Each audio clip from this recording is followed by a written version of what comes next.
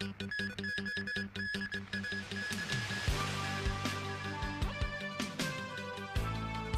hopefuls court key election committee block. 6 killed in attack on mosque in Quebec City. And growing backlash and condemnation over White House travel ban.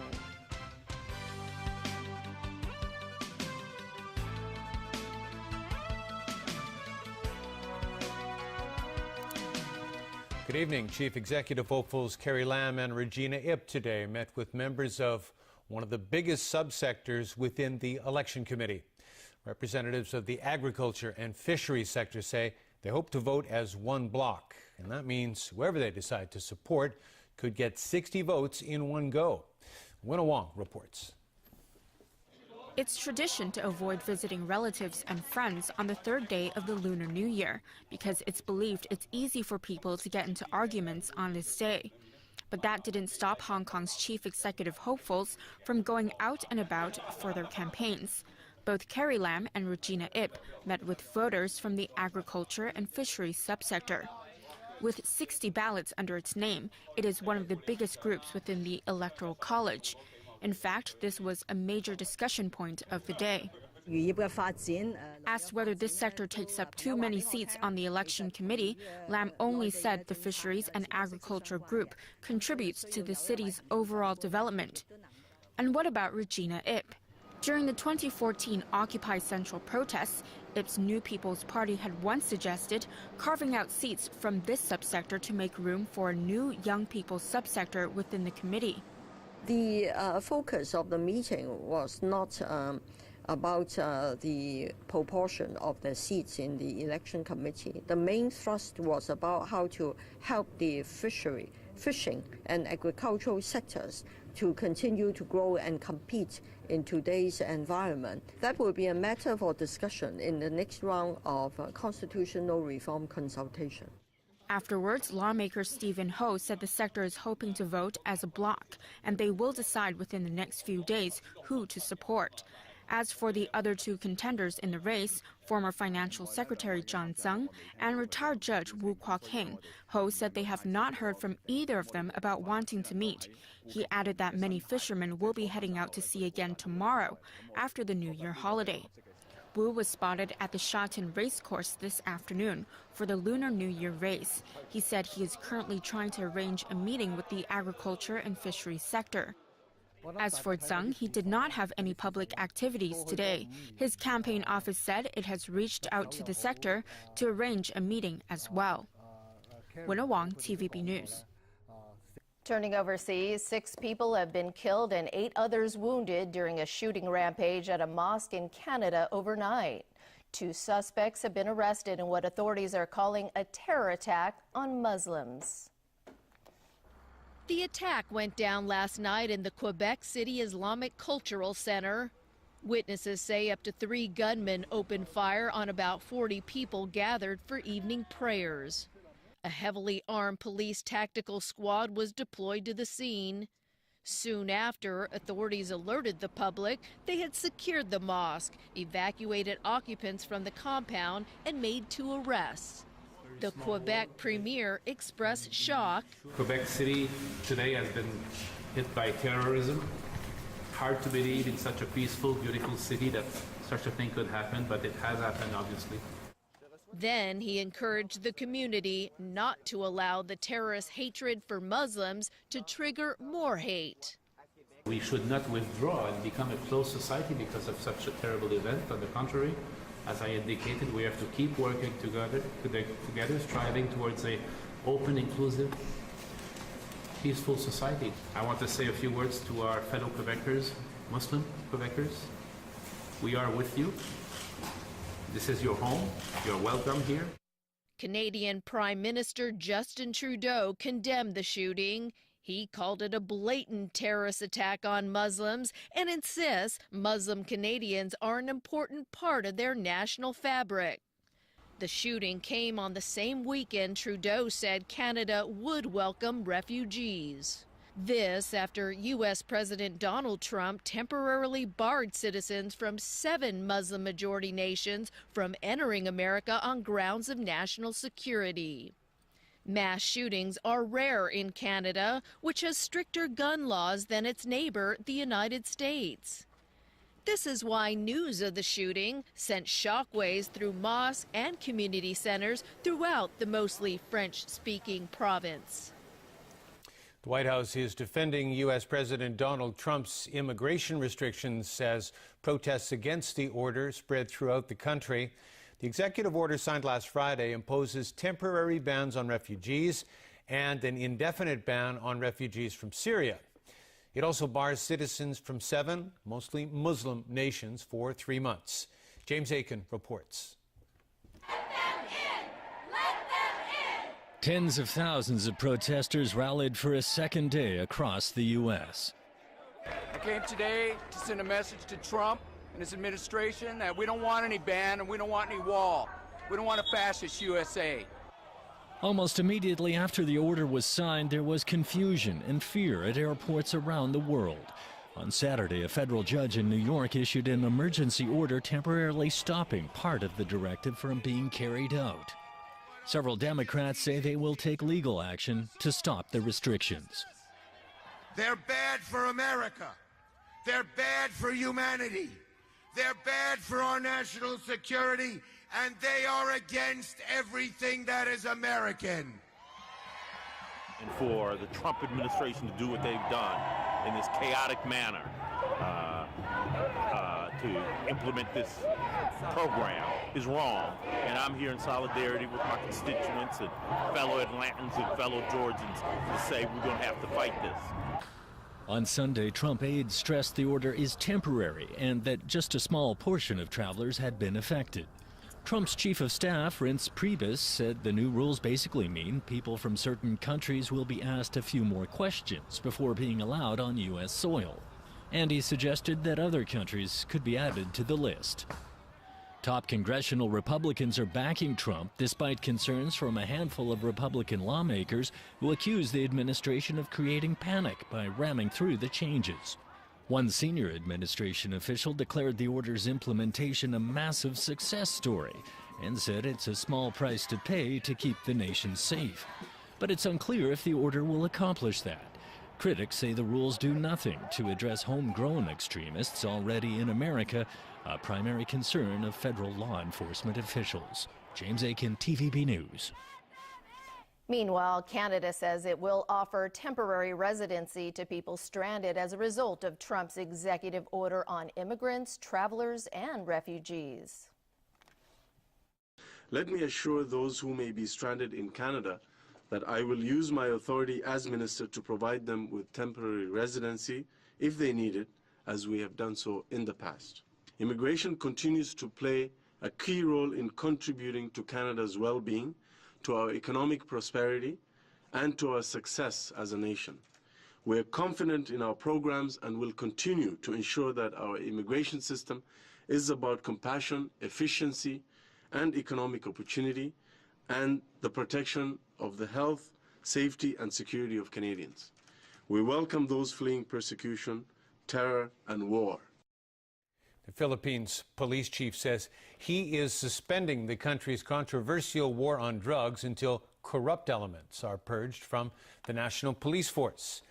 This comes after it emerged the brutal crackdown on drugs was used as a cover by rogue officers to kidnap and kill a South Korean man. Today, Philippine President Rodrigo Duterte met the widow of the man and offered his apologies and condolences. The head of the country's police force told officers today he would use the indefinite halt of anti-drug operations to launch a massive purge of police involved in crimes. Police will not conduct raids, serve arrest warrants, or visit the homes of drug suspects, though other anti-drug agencies will continue the crackdown. And Rodrigo Duterte has asked the United States not to store weapons in local camps under a defense pact. Duterte said Sunday that he would consider trashing a 2014 defense pact, one that allows U.S. forces to temporarily station in designated Philippine camps if the Americans build weapons depots in those encampments. He said his country may get entangled if fighting erupts between China and the United States. Duterte has repeatedly threatened to scale back military exercises with American troops and stop agreements that allow U.S. forces to visit. The Pentagon plans to start constructing facilities inside Philippine military camps as early as this year. U.S. officials did not immediately comment on Duterte's remarks. In France, Benoit Hamon is now the Socialist Party candidate in the country's upcoming presidential election. Hamon beat his rival Manuel Valls in the primary runoff. The ex-education minister secured 58% of the votes, compared with Valls at 41%, who was forced to concede. Hamon came from left-wing obscurity and rode to victory on a proposal to pay all adults a basic monthly salary. The first round of France's presidential election will be held April 23rd. That's when 4 other candidates, plus Hamon, will compete. The leading conservative candidate, François Fillon, and far-right leader Marine Le Pen are considered tough competition. Still to come on the broadcast tonight, protest over oath-taking saga leads to standoff with police. Punters out in force for the first day of horse races of the Lunar New Year. And a look at designs for the new Chinese Opera Center.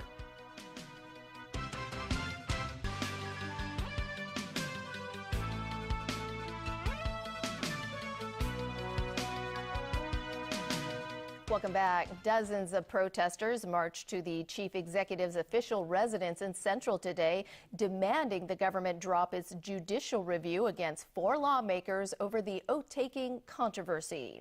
But there was a standoff outside Government House between the group and police when they were stopped at the gates. Caleb Long reports. The League of Social Democrats and Demosisto organized today's rally, which set off from the HSBC headquarters in Central. They were demanding the implementation of a universal retirement protection scheme, as well as the withdrawal of a judicial review filed by the government against 4 pro-democracy lawmakers, Nathan Law, Edward Yu, Lau Xiaolai, and Leung Kwok-hong. Leung and Lau joined the rally today. At the start of the march, Lau updated reporters on her application for legal aid. Legal aid department has refused my application, but I was applying for the appeal, so waiting for the result. Maybe the result will be released on late February. Chanting slogans and waving banners, the protesters marched to Government House on Upper Albert Road. But the police were taking no chances and had set up barricades near the entrance of the CE's residence. That didn't go down too well with protesters, who complained that they used to be allowed nearer to the gates during previous demonstrations. There was a standoff between demonstrators and officers that lasted for several minutes, with some protesters throwing placards into the grounds. After reading out a statement at the gates, the group dispersed peacefully.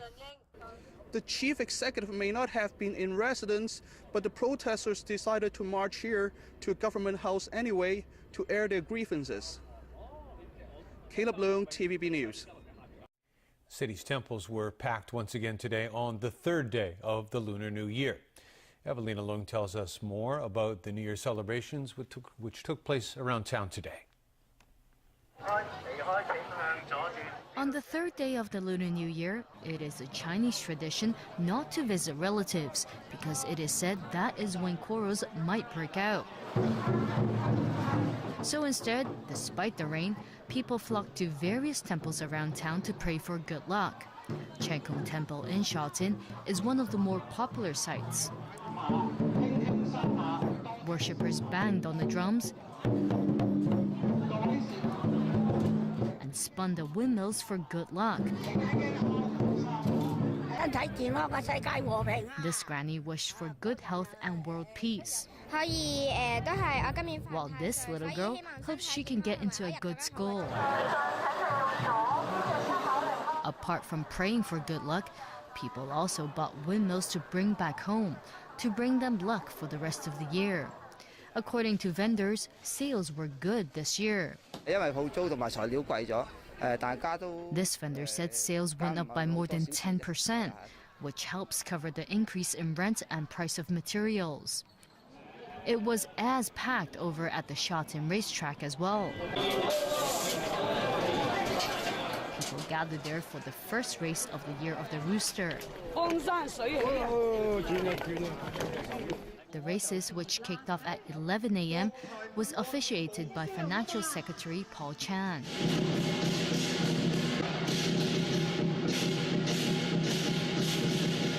The popular event not only attracted locals.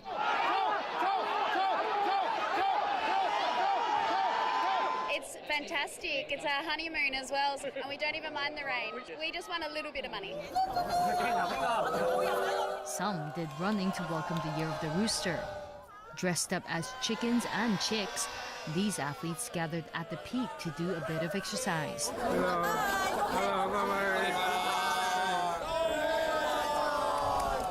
The god of wealth was also there to cheer them on.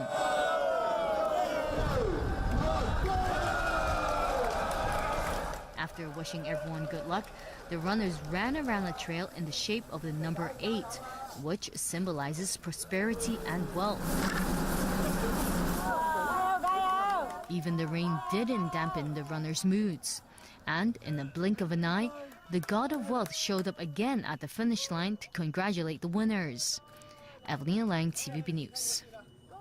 The Chinese Opera House at the West Kowloon Cultural District is set to open its doors at the end of next year. And despite funding problems, the body that oversees the project says it won't be using ticket sales to cover the project's expenditure. Anne-Marie Sim has more. Construction of the Xichu Center, the first major performing arts venue at the West Kowloon Cultural Hub, started back in 2013. The building's structure is basically complete, and work is now being carried out on its interiors. The new home of Hong Kong's Cantonese opera scene is scheduled to fully open next year. It will house a 1,100-seat auditorium and a tea house for 200 people. But according to government sources, the West Kowloon Cultural District Authority, which is overseeing the project, is facing a deficit of $500 million per year to run the arts and culture facilities over the next decade. Since the Xichu Center will be the first venue to open at the Cultural Hub, some have expressed concern the authority will use the money from ticket sales and rental fees to compensate. For the rental income and the ticket price income consideration of the Xichu Center is basically we need to find out a right market positioning for the benefit of the overall, say, Xichu and Cantonese opera development in Hong Kong, instead of using this income to compensate and help the whole project's future construction and development needs. The authority says that while the other venues are still being built, other arts groups will be allowed to use the Opera House for performances. Cantonese opera artiste Law Ka-ying noted that once the Xichu Center is built, the traditional art form will still need government support to promote it. Anne-Marie Sim, TVB News. Overseas again, in Singapore says 9 armored vehicles which were seized while in transit through Hong Kong have returned to the Lion City. The vehicles were seized in November as they were being shipped home from military exercises in Taiwan. Last week, the government here said it was releasing the vehicles and would not investigate Singapore over shipping and customs breaches. Hong Kong's seizure of the armored vehicles led to tension between China and Singapore. Beijing has been unhappy with Singapore's ongoing military relationship with Taiwan, as well as the Lion City's security ties with the U.S. Singapore has also voiced concerns over Beijing's stance over disputed territory in the South China Sea. Myanmar politicians, activists, and others gathered today for the funeral of a longtime advisor to leader Aung San Suu Kyi. Kony, a prominent member of Myanmar's Muslim minority, was shot in the head at close range as he walked out of the Yangon airport yesterday. The killing shocked the country since attacks on Myanmar's prominent people are rare. The alleged gunman was arrested soon after the attack after a taxi driver who tried to stop him from fleeing the airport was shot. That driver died on the way to a hospital. Authorities are searching for possible accomplices. All right, Chris, over to you for